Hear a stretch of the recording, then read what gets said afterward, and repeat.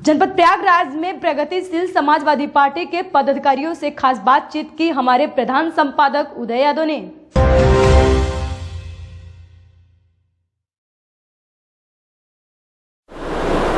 त्रिस्तरीय पंचायत चुनाव चल रहा है। प्रगतिशील लोहिया पार्टी और समाजवादी पार्टी किस तरीके से अपना इसमें योगदान कर रही है। प्रगतिशील पार्टी के लिए, शिवपाल जी के लिए आप उनके खास लोग हैं, किस तरीके से उनको और मजबूत बना रहे हैं इस त्रिस्तरीय पंचायत चुनाव में?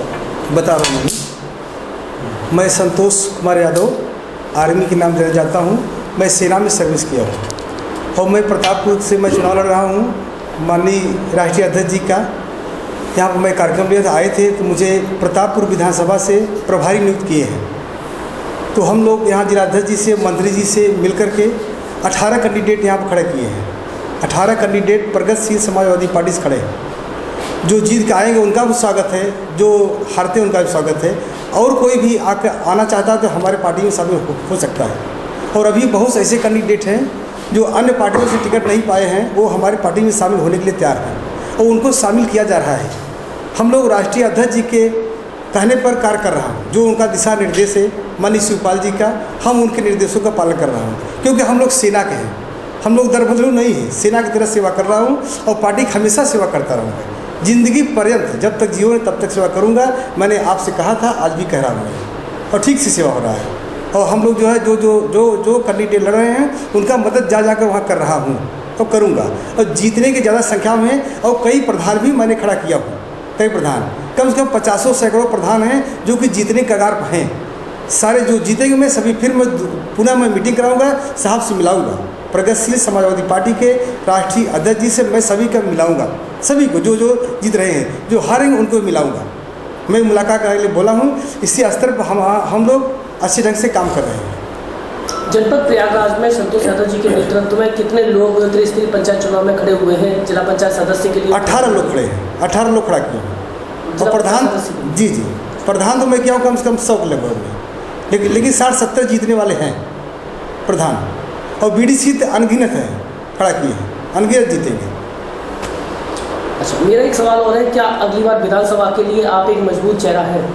बिल्कुल है चेहरा। मैं एक बार मैं निर्दलीय चुनाव लड़ चुका हूँ और मैं इसी बार मैं जीत के दिखाऊंगा। जनता साथ में है। मैं गरीबों को मैंने शादी कराता, जो गरीब कन्याएं लड़की हैं, जो अपने जो व्यक्ति अपने बेटियों की शादी नहीं कर पाता, मैं उनकी शादी कराता हूँ, निःशुल्क शादी। मतलब उनका हर चीज़ में सहयोग करता हूँ, शादी कराते हैं। फिर मैं 8 शादी में लिखा हूँ। 2-3 महीने बाद, अभी गर्मी है, गर्मी बीते मैं उन बच्चियों में शादी कराऊँगा। और जिसके माता पिता नहीं हैं उनको मैं कॉलेज में निःशुल्क पढ़ाता हूँ, उसी में कोई फीस नहीं लेता हूँ, न लूँगा मैं जब तक जीवन मेरा रहेगा।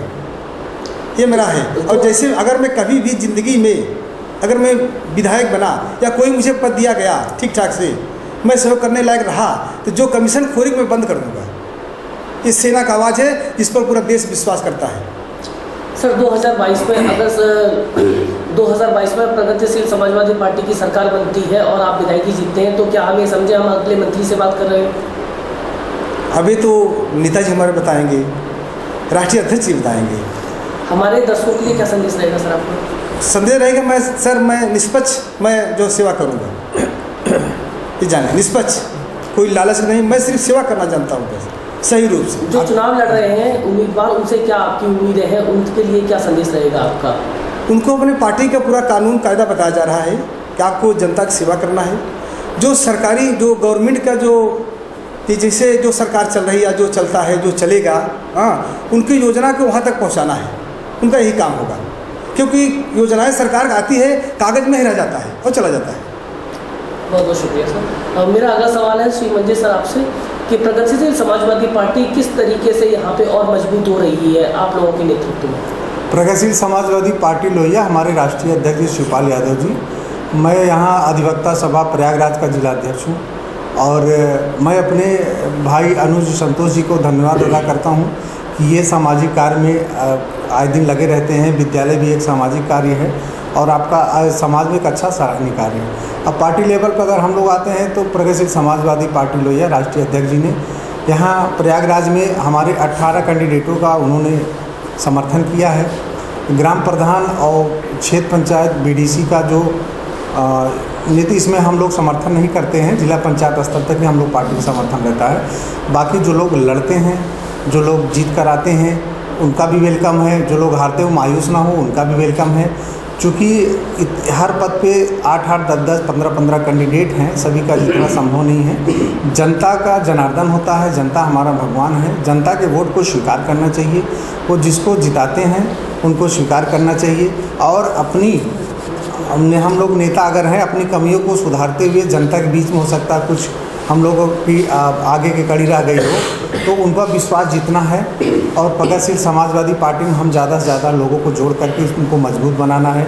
क्योंकि कोविड-19 के नाम पर भारत सरकार, बीजेपी सरकार ने काफ़ी कुछ त्रस्त कर दिया है हमारे भारत सरकार ने पब्लिक को, भारतीय जनता को।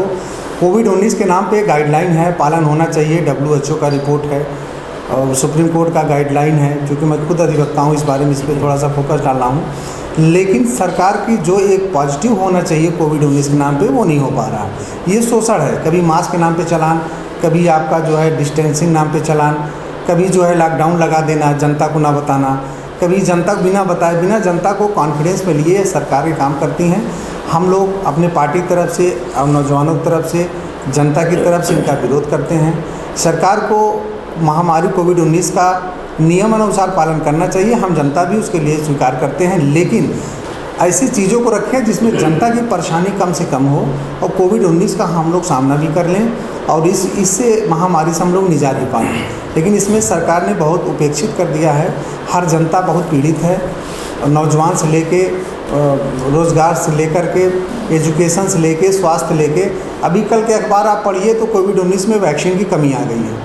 आप इस पर एक सवाल भारत सरकार से हमारा ये है कि अगर हम बांग्लादेश, पाकिस्तान या अन्य कंट्रियों को कोविड-19 का हम वैक्सीन सप्लाई कर रहे हैं और भारत में हमारी कमी आ रही है, तो इसका जिम्मेदार कौन है? इसका जिम्मेदार नो डाउट हमारे प्रधानमंत्री हैं, भारत सरकार है। तो ये कैसे हो सकता है? हम अदर कंट्रियों को सप्लाई कर रहे हैं, वही वैक्सीन हमारे इंडिया में कमी पाई जा रही है, तो ये ठीक नहीं है। आज एक डॉक्टर साहब से कल हमारी बात हुई, हमने कहा यार हमको भी वैक्सीन लगवाइए, हमारा 45 साल से कम उम्र है। तो उन्होंने कहा सर आप किसी प्राइवेट हॉस्पिटल में 250 रुपया देख लगवा लीजिए। तो ये बात तो हमने सुन लिया, चूँकि परिचित उनकी बात को समझा, लेकिन क्या आप लोग मीडिया के माध्यम से बताना चाहते क्या उचित है? प्राइवेट हॉस्पिटल में 250 रुपया पे करके, 300 रुपया पे करके अगर आम पब्लिक के कोविड-19 का वैक्सीन लगवाएगा तो ये उचित नहीं है। कृपया सरकार इस पर ज़्यादा से ज़्यादा ध्यान दे। कोविड-19 का वैक्सीन हर व्यक्ति को लगना चाहिए, हर उम्र के लोगों को लगना चाहिए। इसके साइड इफ़ेक्ट ना हो, कम से कम हो, उसको बताते हुए करना चाहिए। अब हम आते हैं प्रयागराज 2021 चुनाव, क्षेत्र पंचायत, जिला पंचायत, ग्राम प्रधान के। तो इसमें हमारे बहुत सारे कैंडिडेट लड़े हैं, एजुकेटेड, नॉन एजुकेटेड सारे लोग हैं। इसमें उम्मीद करते हैं जो लोग जीत कर आते हैं चुनाव में, वो समाज के लिए अच्छा काम करेंगे, हमारे भारत सरकार की गाइडलाइन का पालन करेंगे, सुप्रीम कोर्ट के नियमों का पालन करेंगे, समाज में एक अच्छा मैसेज देंगे। क्योंकि समाज में अब हमारे नेताओं से धीरे धीरे भरोसा कम हो गया है।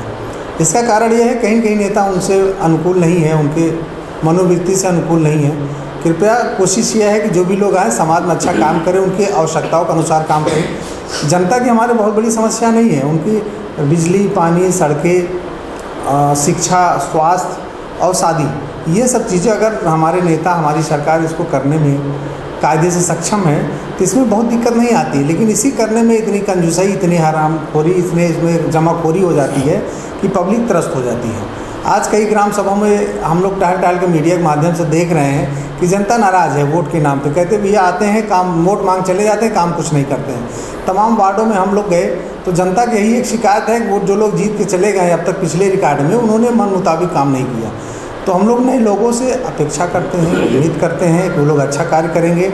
हम अपने पार्टी, प्रगतिशील समाजवादी पार्टी के जो हमारे कैंडिडेट हैं जो जीत के आएंगे, उनसे यही निवेदन, अनुरोध करेंगे कि आप अच्छा कार्य करें, समाज में एक अच्छा मैसेज दें। हमारे राष्ट्रीय अध्यक्ष शिवपाल जी का जो है हाथ को मजबूत करें और उनके दिशा निर्देशों पे करें, क्योंकि वो बहुत अच्छे इंसान हैं, वो समाज के हित में बहुत अच्छा काम करते हैं। तो हम लोग उन्हीं के गाइडलाइन पर हैं और हम और हमारे संतोष भैया दोनों लोग मिलकर के एक क्षेत्र में अच्छा काम करना चाहते हैं। हम विधानसभा फूलपुर चुनाव लड़ना चाहते हैं, जो कि 256 विधानसभा फूलपुर है। मैं 2017 में मेयर चुनाव इलाहाबाद से लड़ा। एनसीपी शरद पवार की पार्टी थी और उसमें हमको जनता ने काफ़ी स्वीकारा, अच्छा वोट दिया, अच्छा समर्थन किया।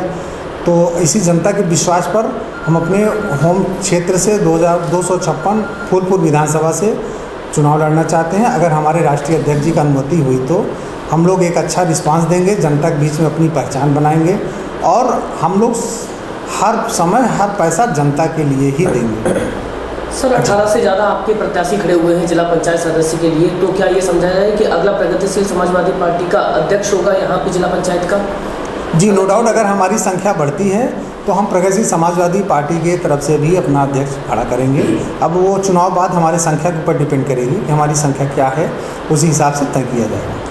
कोविड-19 की आपने बात की, सुप्रीम कोर्ट के आपने आदेशों का हवाला दिया। सर मेरा एक सवाल ये भी है, आप अधिवक्ता भी हैं सर, आप उत्तर प्रदेश के हाई कोर्ट में सर्वोच्च अदालत में उत्तर प्रदेश की में, तो सर आप मुझे ये बताइए, जिस तरीके से मास्क के नाम पे चालान काटा जा रहा है, वो रेड क्रॉस सोसाइटी के नाम से चालान काटा जा रहा है, उसमें चालान का कहीं जिक्र नहीं है, जो पैसा लिया जा रहा है वो दान के रूप में लिया जा रहा है, तो क्या ये गलत है?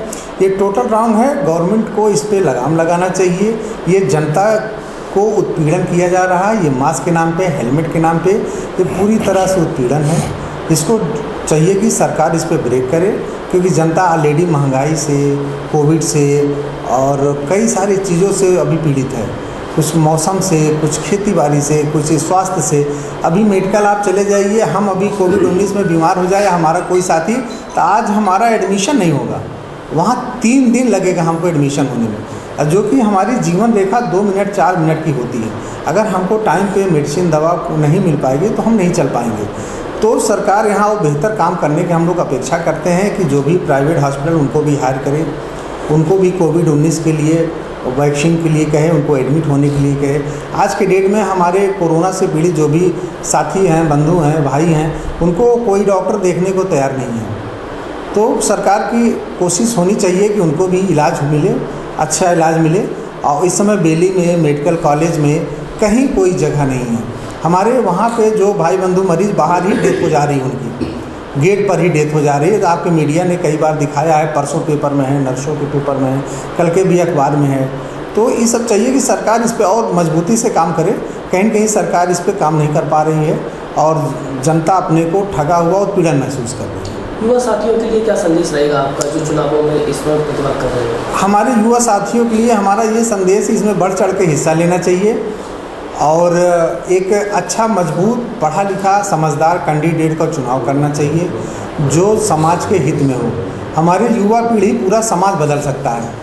हमारी संख्या इसमें बहुत ज़्यादा, युवा पीढ़ी की संख्या इसमें 65 करोड़ है। 65 करोड़ हमारे युवाओं की संख्या है। अगर ये सही से प्रयास कर दें तो ये एक अच्छा नेता चुनने का काम करेंगे, अच्छा कैंडिडेट चुनने का काम करेंगे और समाज में अच्छा काम करेंगे।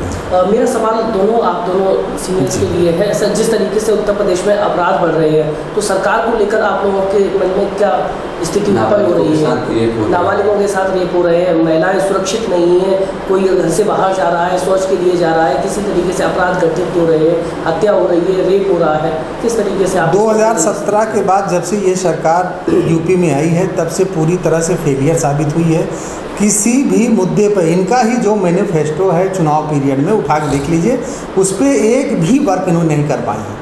इन्होंने जिन जिन चीज़ों का वादा किया है, चाहे केंद्र सरकार ने किया हो, चाहे यूपी सरकार ने किया हो, उस पर इन्होंने एक भी काम नहीं किया है।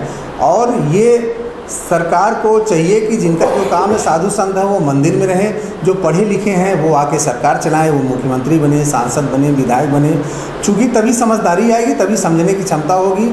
और यहाँ पूरा प्रदेश नहीं, पूरा देश पीड़ित है इस समय।